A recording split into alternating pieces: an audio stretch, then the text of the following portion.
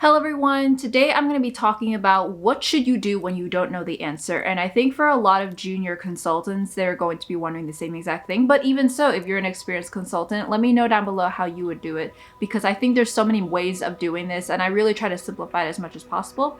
This actually all started when I made a post on Instagram on what you should be doing if you don't know the answer. And then Fabiha actually was the one who was like, oh, you should make this into a YouTube video. I would watch it. I'm like, great idea. I should do a YouTube video on it. So now here it is. I did talk about imposter syndrome. You could watch that video over here, and that is mostly focused on, like, if you don't know the answer, like, is that fine? Like, am I dumb? Am I not worth it or whatever? And honestly, it's really just focused on a lot of people don't know the answer to begin with. Like, they can't possibly consult on every single thing. They go for consultants because they are problem solvers. They have the resources, they have the network. So even though you may not know the answer, if you're in a firm, someone in your firm should know the answer, or even so, you can find the solution by doing research and looking it up. Like, otherwise, if everyone knows the answer, then why would they hire consultants to begin with?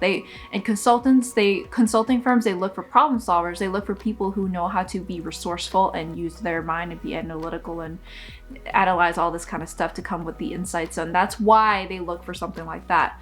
It's because that they know you can find the answer even if you don't know the answer.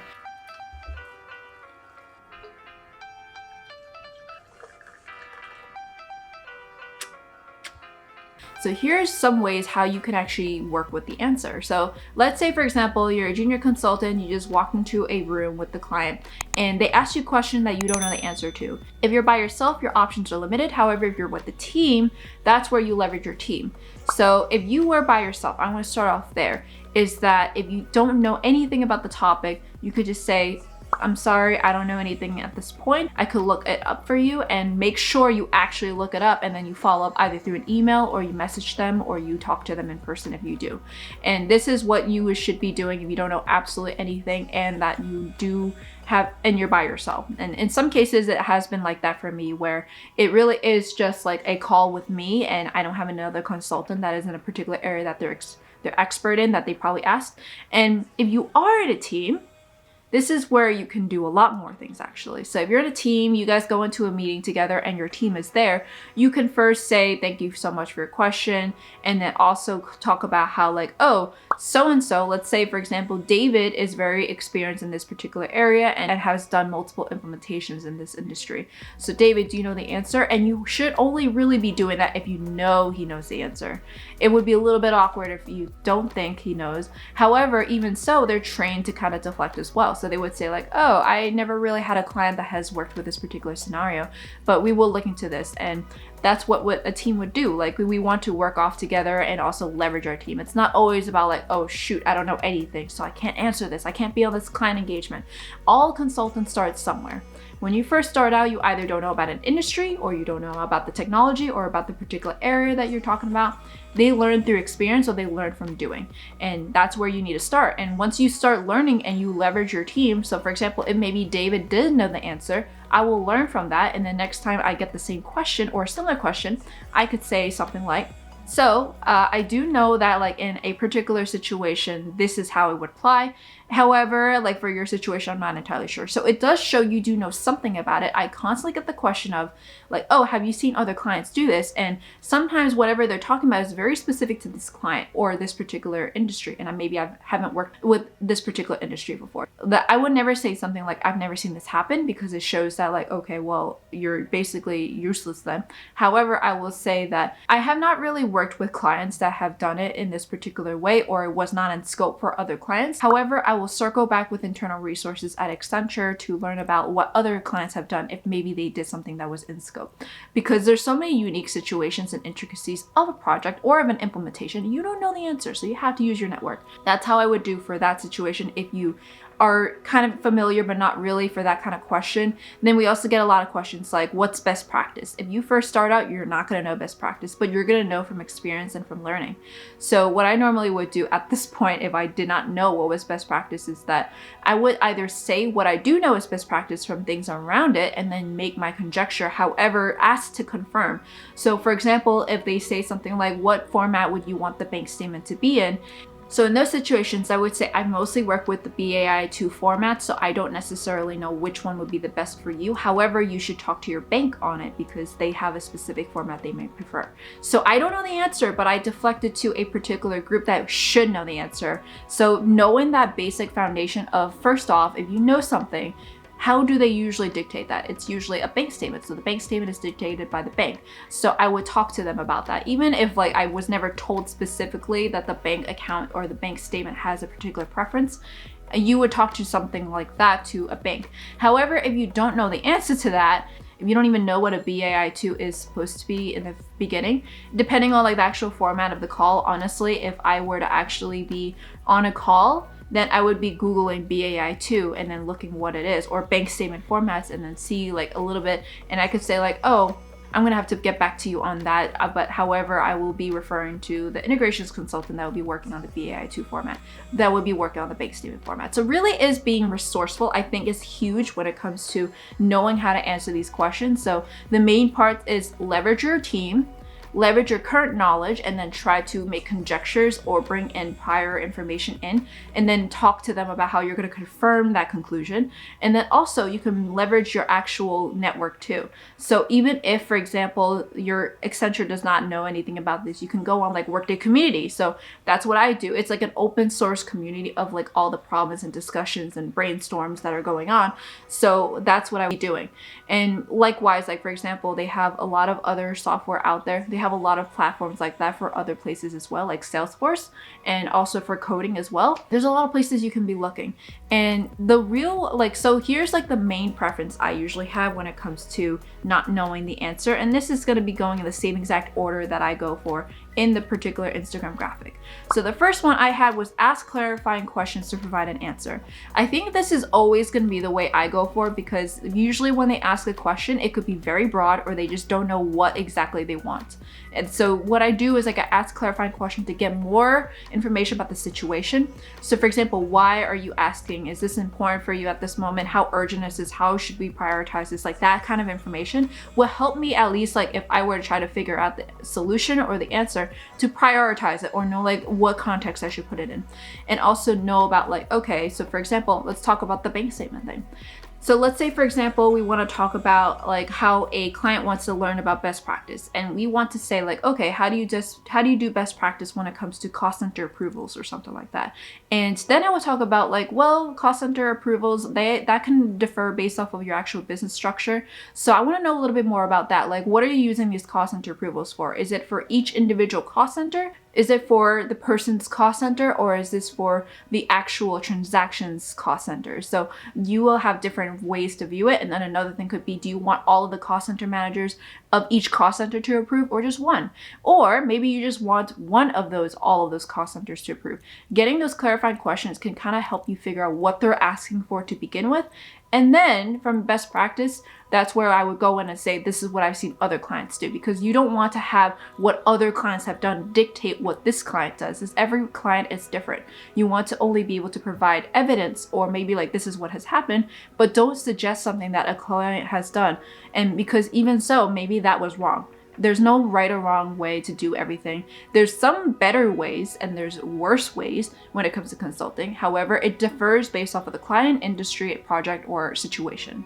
The other thing I would do is deflect to a team member who does know the answer. So for example, my situation with David, I would talk to David if I know for sure he knows the answer. However, if I don't know anything about that, but I know he may know something about it because maybe we haven't talked about this previously, I would say maybe David will know. So I would change it a little bit more in terms of like, David has worked with a situation like this with a prior client, so maybe he should know the answer to this. And then if the third one I have is deflect to a team member who may know the answer if you don't know. So for example, if I know that my team member has worked in this industry but may not have worked with this situation, or vice versa, maybe know the situation but not with this industry, say like, oh, David has worked with something similar. I'm not entirely sure if he'll know the answer, but David, can you speak to that?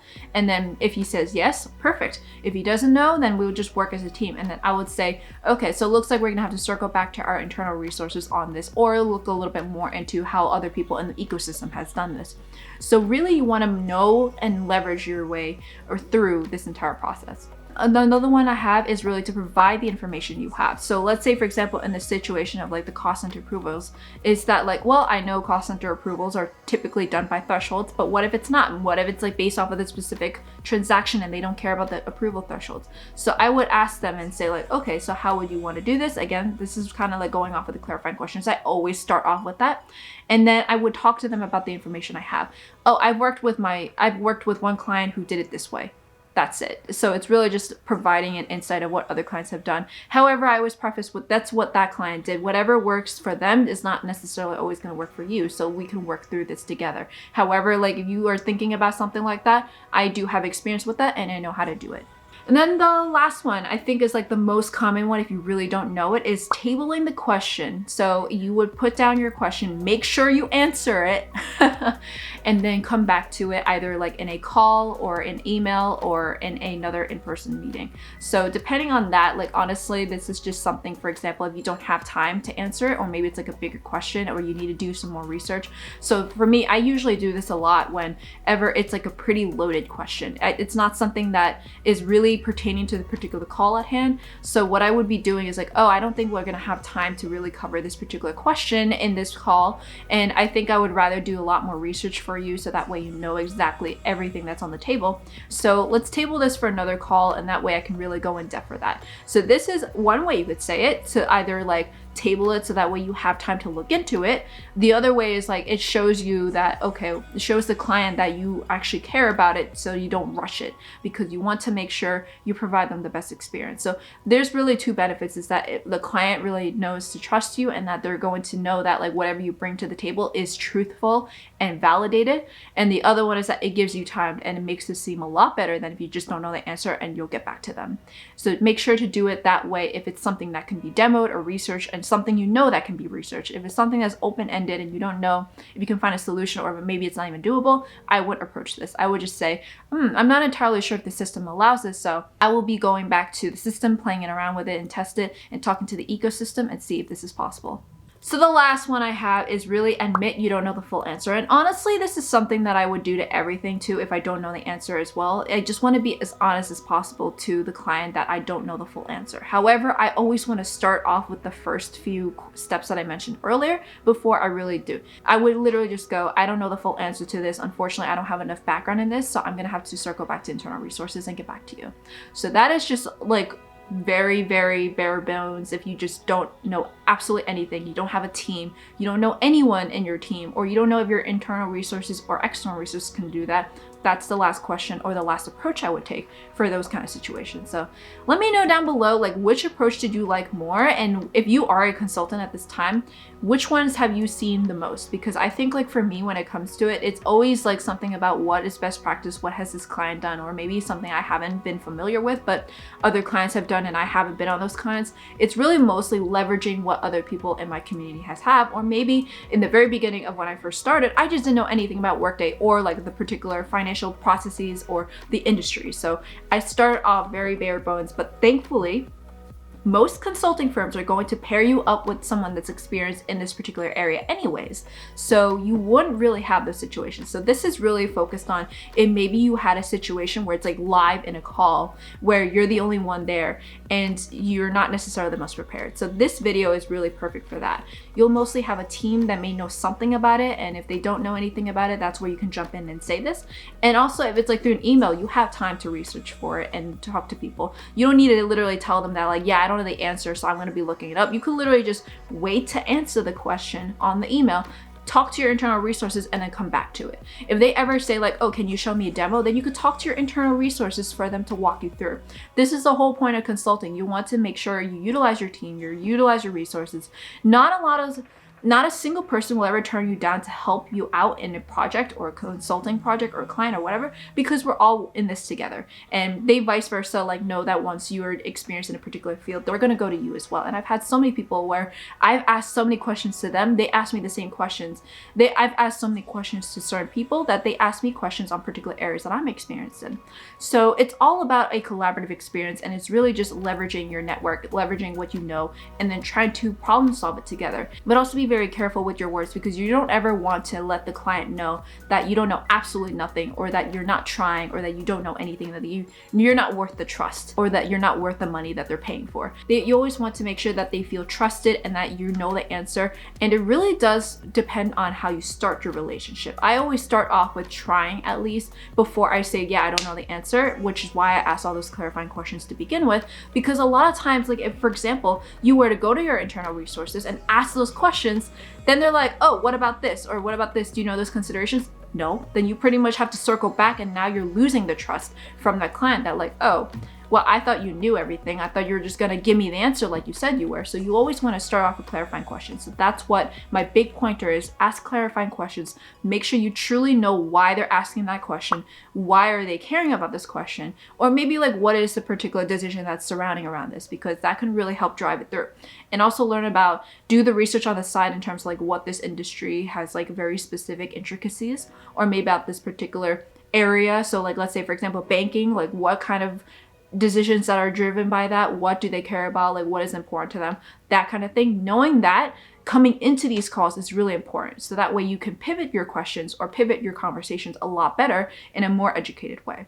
So thank you guys so much, and hopefully that was a very useful video. I think like I wanted this video when I first started, but this was mostly starting out and learning how to finesse myself and learning how other consultants do it. So putting it in words here, that hopefully this helps a lot. I know like ultimately though, if you like get this video, cool, but then when it comes to when it comes to actually being in that situation, you might be a deer in headlights. But the most thing you want to make sure you do is ask clarifying questions. Know exactly the question, the problem statement, and the business situation, so that way you can push forward and either provide what you know or say that you're going to circle back. But at least when you circle back, you'll know all the information you need to get the information for the client.